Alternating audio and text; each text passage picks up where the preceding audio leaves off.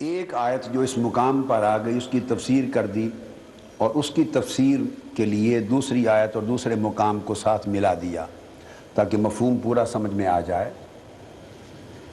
تو اللہ رب العزت نے فرمایا اِنَّا أَعْطَيْنَاكَ الْكَوْثَرَ۔ اس کے اندر جو اللہ رب العزت نے جو بات سمجھائی ہے وہ یہ ارشاد فرمایا کہ بے شک ہم نے اے میرے حبیب صلی اللہ علیہ وسلم ہم نے آپ کو اپنی عطا کی کثرت کی انتہا دے دی۔ کیا دے دیا؟ اِنَّا أَعْطَيْنَاكَ الْكَوْثَرَ۔ اس کا معنی ہے محبوب ہم نے اپنی عطا کی کثرت کی انتہا بھی تجھے دے دی، ہم نے اپنی عطا کی کثرت کی آخری حد بھی تمہیں دے دی۔ کیا مطلب؟ محبوب ہم نے آپ کو اپنی عطاؤں کا خزانہ اتنا دیا کہ اس کے بعد کچھ چھوڑا اور بچا ہی نہیں۔ جب کسی چیز کی نہایت ہو جائے، الکوثر کثرت سے مبالغہ کا صیغہ ہے، نہایت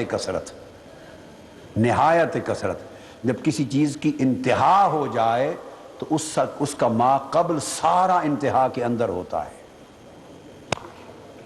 جب کہا نا کثرت کی انتہا دے دی تو انتہا کا ما قبل ابتدا سے انتہا تک سارا کچھ اس نہایت میں داخل ہوتا ہے۔ تو یہ فرمایا اعطیناک الکوثر، تو ہم نے آپ کو اپنی عطا کی کثرت کی نہایت دے دی۔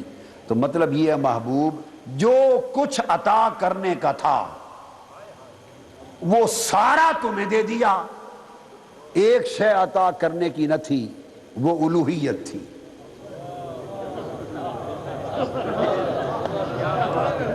وہ رب ہونا، معبود ہونا عطا کرنے کا نہ تھا، اس کے سوا جو کچھ عطا کرنے کا تھا محبوب سارا آپ کو دے دیا۔ سو حضور ایک رب اور معبود نہیں ہیں۔ کیا؟ آقا علیہ السلام معبود نہیں ہیں، باقی رب نے کہا محبوب باقی سب کچھ دے دیا تمہیں۔ اب آپ سمجھے ہیں؟ اب اگلی آیت میں فرمایا محبوب جب سارا کچھ آپ کو دے دیا سوائے رب ہونے اور معبود ہونے کے، اتنا کچھ دے دیا کہ ہر عطا کی نہایت بھی آپ ہی کو عطا کر دی،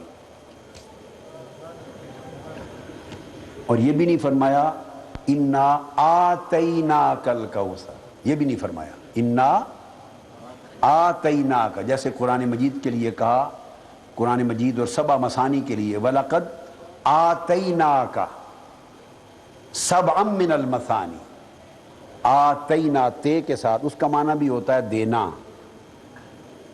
اِنَّا فرمایا وَلَقَدْ آتَيْنَاكَ، ہم نے بے شک آپ کو قرآن اور بار بار پڑھی جانے والی 7 آیتیں آپ کو عطا کی، سبعًا مِّنَ الْمَثَانِي، تو قرآن دیا اور قرآن العظیم۔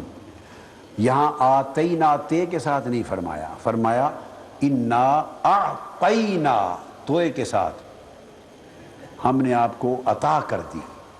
تو آتینا میں بھی دینا ہے اور اعطینا میں بھی دینا ہے، اور دونوں کے دینے میں فرق یہ ہے کہ آتینا کہہ کر جو کچھ وہ دیتا ہے وہ صرف دینا ہے، اس کا مالک نہیں بناتا، متصرف نہیں بناتا۔